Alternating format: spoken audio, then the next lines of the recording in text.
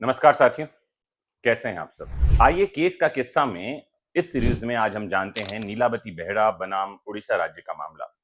1993 का ये जजमेंट है, एक ऐसा निर्णय जो आपके रोंगटे खड़े कर देगा और जो पुलिस हिरासत में होने वाले मौत के बारे में कुछ राज खोलने वाला है। तो केस का साइटेशन नोट कर लीजिए, Nilavati Behera versus state of Orissa 1993 2 SCC 746। Bharat के सुप्रीम कोर्ट द्वारा दिया गया एक ऐतिहासिक निर्णय जिसका भारतीय संवैधानिक कानून और मानव अधिकारों के क्षेत्र में बड़ा महत्व है। क्या तथ्य हैं? तो सुमन बेहरा है एक युवक जिसकी आयु लगभग 22 वर्ष है। 1 दिसंबर 1987 को चोरी के आरोप में उड़ीसा पुलिस ने इसे हिरासत में लिया।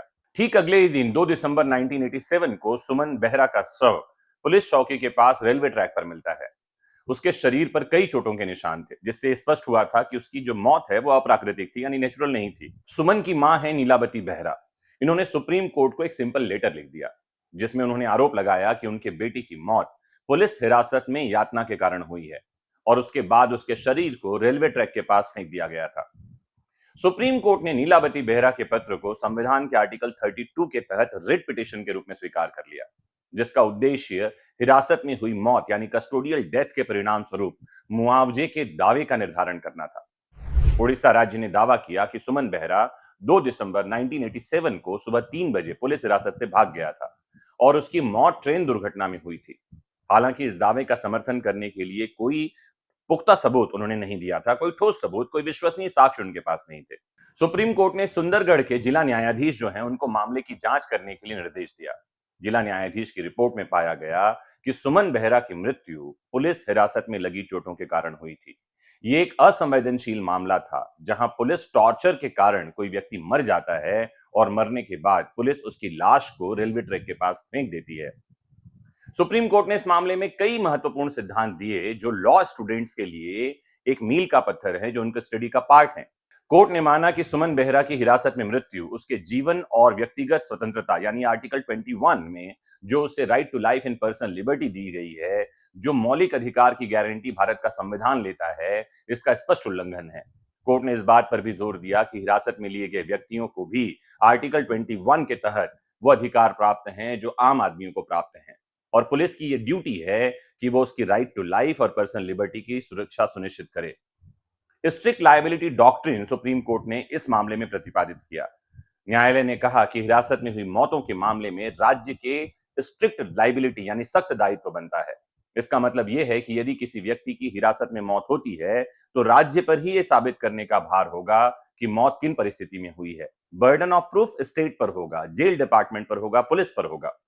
उनको ही साबित करना होगा कि उनकी कोई गलती नहीं थी, नहीं तो माना जाएगा कि इसमें राज्य की ही जिम्मेदारी है। राज्य संप्रभु उन्मुक्ति यानी सोवरेन इम्यूनिटी का बचाव नहीं ले सकता है। कोर्ट ने इस मामले में कंपनसेशन अंडर पब्लिक लॉ इस डॉक्ट्रिन को भी स्टैब्लिश किया। इस मामले का सबसे महत्वपूर्ण पहलू यही था। कोर्ट ने स्पष्ट किया कि फंडामेंटल राइट्स के उल्लंघन के लिए राज्य को मुआवजे के लिए जिम्मेदार ठहराया जा सकता है। मौलिक अधिकारों का जब कभी उल्लंघन हो तो स्टेट मुआवजे का दावा सार्वजनिक कानून के तहत उपलब्ध एक उपाय है। ये निजी कानून जैसे टॉर्ट लॉ के तहत मुआवजे से थोड़ा अलग है। कोर्ट ने यह भी कहा कि संवैधानिक न्यायालय यानी कि आर्टिकल 32 और 226 के तहत सुप्रीम कोर्ट और हाई कोर्ट के पास मौलिक अधिकारों के उल्लंघन के लिए मुआवजा दिलवाने की शक्ति है, कंपनसेशन दिलवाने की पावर है।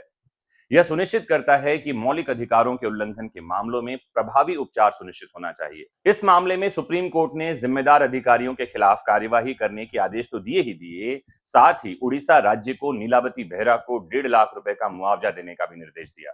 आपको बता दूं, नीलावती बेहरा बनाम उड़ीसा राज्य का यह मामला भारत में मानवाधिकार ज्यूरिस्प्रूडेंस में एक महत्वपूर्ण मोड़ माना जाता है। इस मामले ने स्थापित किया कि राज्य यानी स्टेट मूल अधिकारों के उल्लंघन के लिए जवाबदेह है। खासकर यदि पुलिस हिरासत में किसी के साथ टॉर्चर हुआ है या मौत हुआ है तो स्पष्ट रूप से यह राज्य की जिम्मेदारी बनती है।